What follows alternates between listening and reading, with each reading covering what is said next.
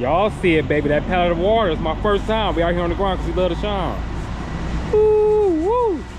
It's DDK and I'm back today with another video. If you're at the house, put me in your big screen video. And if you're in the car, turn me up on your stereo. Guess what? If you're a part of the crew, you already know what to do. Throw them C's up! Throw them C's up in the comment section below. Guess what? About to put so we can go and get dough. Now, make sure you guys hit the like button. Let's see if we can get this video to 1,000 likes. Let's see. Last time y'all got me right, man. The last video, it didn't do so well, which is not your problem, it's my problem. But guess what? I appreciate every last one of you that hit the like button. Again, the goal for this video is 1,000 likes. So go ahead and hit the like button so we can get our pockets tight and get right. Especially because I'm about to tell y'all this story. Now, this story is an absolute crazy story, so make sure you stay tuned and stick around and let you know we ain't playing around. Now, this is actually going to be my first time ever picking up a water pallet. Like, I saw a lot of water pallets before on this channel called The Cargo Van Man. He used to pick up water pallets and deliver them to different places and make money that way. That was one of the channels I did used to watch when I first got my Sprinter van, and that was something that I wanted to do. And from what I understand, he was getting a lot of those pallets off a thing called Shipt. But I don't know what happened. I think that he quit the cargo van business and moved to Texas or something like that. Something like that. I did see a video about something like that. So, guess what? Yesterday, I actually did my first ever pickup of a water pallet. And wait till you guys see what happened. So, for this load, it was 8 deadhead miles. So, from my house, it was 8 deadhead miles. We was only going to drive 3.5 miles. So, 11.5 miles all together and receive a payment of $115. It's time for us to pull up and get green. Let's go. Y'all see it, baby. That pallet of water is my first time. We out here on the ground because we love the shine. Woo, woo.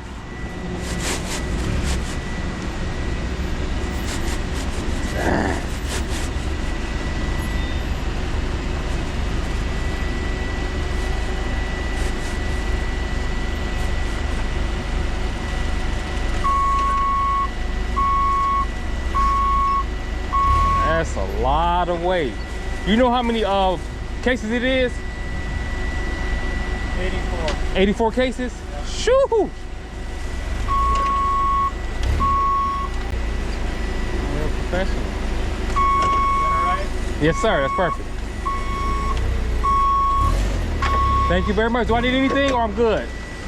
You're good. Let me just get that sticker off there. Okay.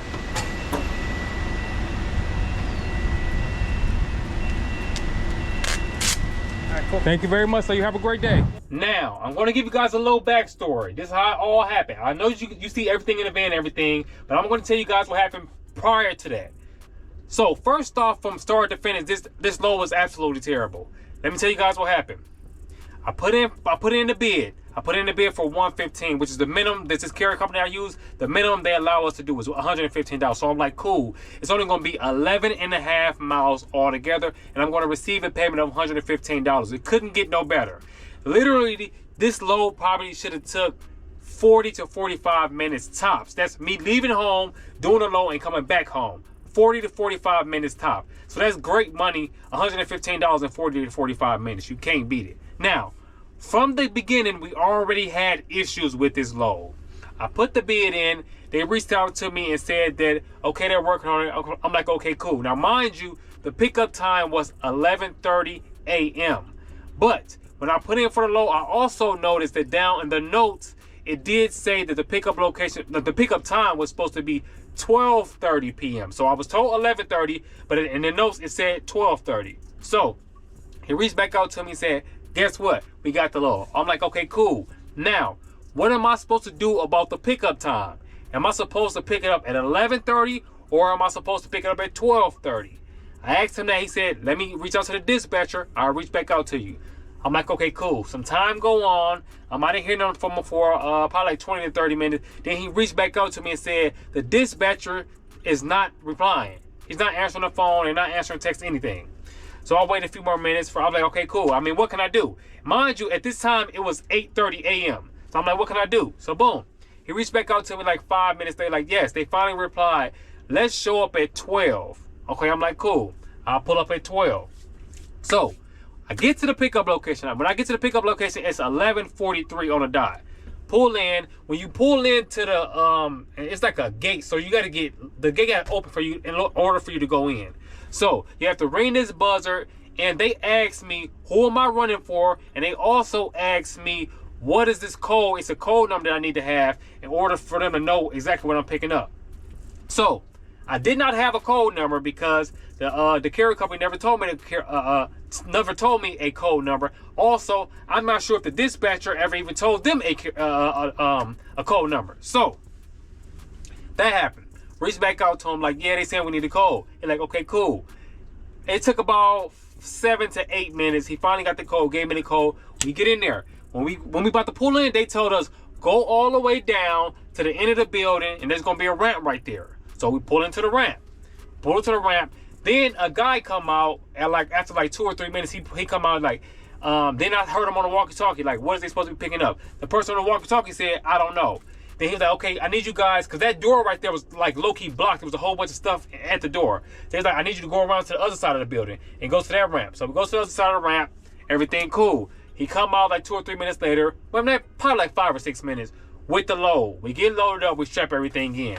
Now, you guys heard what happened prior. After that, we sat there and waited at the pickup location for literally, we was there for over an hour. And he could not get in touch with the dispatcher because they never sent the paperwork. Guess what? I really believe that, because one thing I have noticed with doing this stuff with the carrier company and everything, they usually, if the notes say you need to use the Macro Point app, then usually you have to use a BOL. For whatever reason, I don't know, they usually say you got to print the BOL and take it to the pickup location. Mind you, the guy never gave me a BOL at the pickup location. So he reached out to the dispatcher. They never replied. So just so you guys know, for those of you who are not familiar with this type of stuff, you have to tell them that you load up and everything, send them photos and everything, and then they tell you when you can leave the location to go to the drop-off location. But we still had to sit there because we never had any paperwork. The dispatcher was not answering. So finally, he told us to create our own paperwork. He said, just go ahead and go to the drop-off location, create your own paperwork, which I have it right here. Let me show you guys this. Have it right here. He said right on the back of a piece of paper we used already. So what we did was create this right here. We actually had to write everything out. I'm not sure if you guys can see it. I'm going to put it on the screen for you if you can't see it. We wrote everything out because, again, we needed the BOL. Now, I know that we have had some issues because we didn't have that BOL, which I didn't know I needed to have, and the dispatcher never put that on, because usually in the notes they would tell you, you need to print out the BOL. It'll tell you right there. But the dispatcher never put that in there. So nobody knew. The carrier company didn't know. I didn't know. So we had to sit there for a long time in order for us to leave. So he told us to write that down. We're like, okay, cool. We drive to the drop-off location. Guess what? When we get to the drop-off location, he was like, I just heard back from the dispatcher. Can you hold on for a second? He apologized and everything. He's like, his fault. He don't know what's going on. They replied back, but then we had to wait for them to actually send the paperwork. They never sent the paperwork. We sat there for another hour. They never sent the paperwork until finally he was like, yeah, just go ahead and just have them sign this piece of paper. So now I'm about to go inside of the building, and you guys are about to find out what happened next. And we are here at the door. Hopefully you can open the joint right up, baby, because I don't want no smoke, no more smoke. Unfortunately, guess what we had to do, guys? We had to just use this piece of paper we wrote because no one answered. Hello. They just this joint spick and span, don't they? Got the waiting room right there. How you doing? I have a load to drop off to you guys. Okay. Who are you with, or what are you? I'm dropping off it's a pallet of water. It came from the water place. Okay. There's been a terrible issue going on with this whole load. Sam's Club? No, it's from here. I had to write it down because no one responded. So this is where it's from. Actually down the street here. It's a pallet of water. It's a whole bunch of water. Oh, it's for says you want donations. One container, one of water. It could be the same thing. I'm not sure. 2,000 years later. Good. There was no like name or anything. No, it's been terrible. So I got it from a carrier company that I use. They've been having trouble talking to the dispatcher because they haven't been responding. We got the load and everything to pick it up and everything, but they haven't been responding. And they didn't even give me the paperwork, so that's why I had to write it out like this. Okay. Okay, they finally sent the paperwork now. I'm not sure if this helps at all. Would you like me to print it or? I can email it to you or I can print it either way. Do you want to just check in at receiving and see if they can help you out? Yeah, I'm not sure exactly where it is. So it's dock 228, other side of the building. So go back this way? Either way. 228. Yeah, 228. Okay, thank you.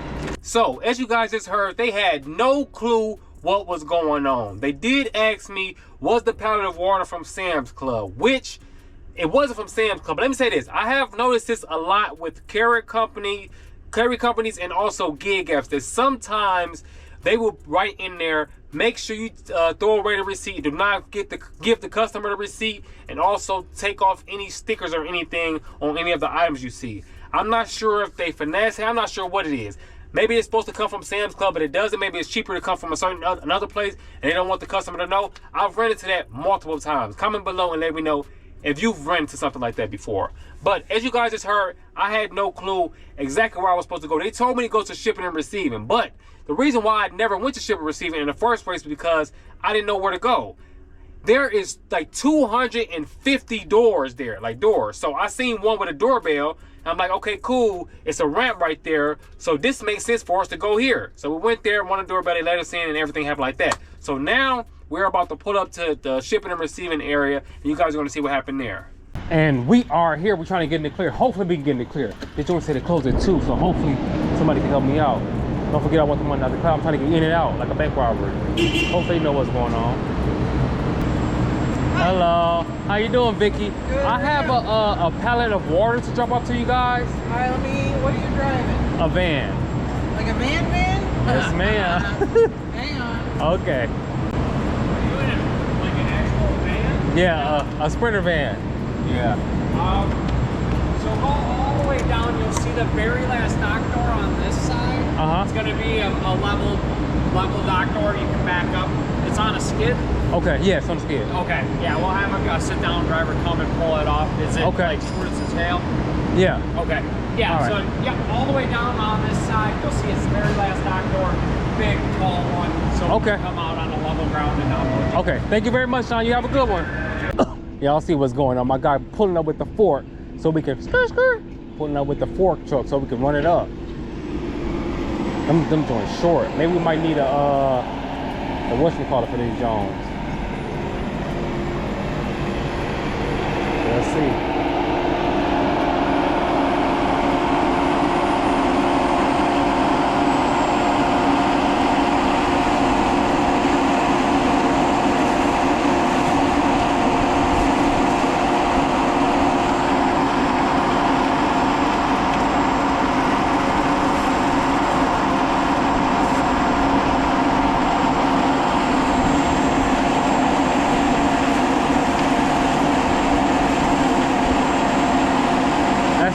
That's a lot of water.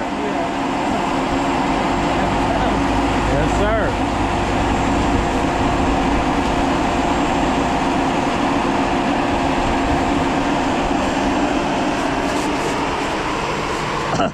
Y'all see him? Now we gotta step back in with the photo yard. Got that. So everything at the shipping and receiving area went pretty smooth. Went there, gave them the paperwork. They said, mind you, remember the guy asked me, do I have the paperwork? Because guess what? In order for you to make that paperwork, you gotta have that paperwork. I'm gonna tell you guys that. Let me say it again. In order for you to make that paperwork, you gotta have that paperwork. That's a lot of times what I seem to run into. So from here on out, whenever I get a load from the carrier company, I'm going to make sure that I ask them for the BOL before I even go to the pickup location. I'm going to already have it printed out. I already have everything situated because I continuously seem to keep on running into this problem as far as not having the paperwork. Because I also found out later on that special number that we needed, it was actually on the paperwork. Oh, I forgot to tell y'all. After I went into the first area of the drop-off location, the carrier company reached out to me and let me know that guess what? They finally sent the paperwork over. So we printed the paperwork in the van and then we took that to the shipping and receive area. I forgot to tell you guys that. But all in all, something that was supposed to take 40 to 45 minutes took us 3 hours. So instead of the $115, we did only receive $125 instead of $115.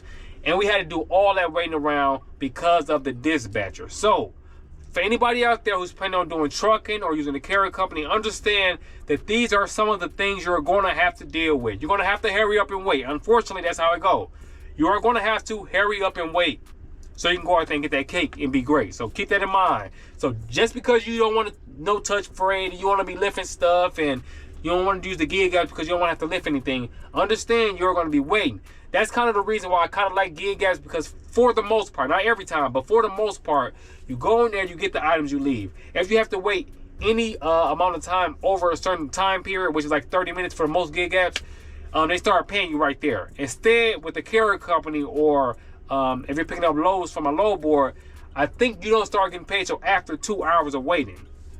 So again, keep that in mind while you're out there on the grind. So this, look, it was an absolute disaster, but we ain't complaining, we maintain it, and learn as you grow. Every day, get better and better and better. So from here on out, again, I need the BOL before I leave the house, so I can make sure that I'm on the up and up. I can make sure everything is good.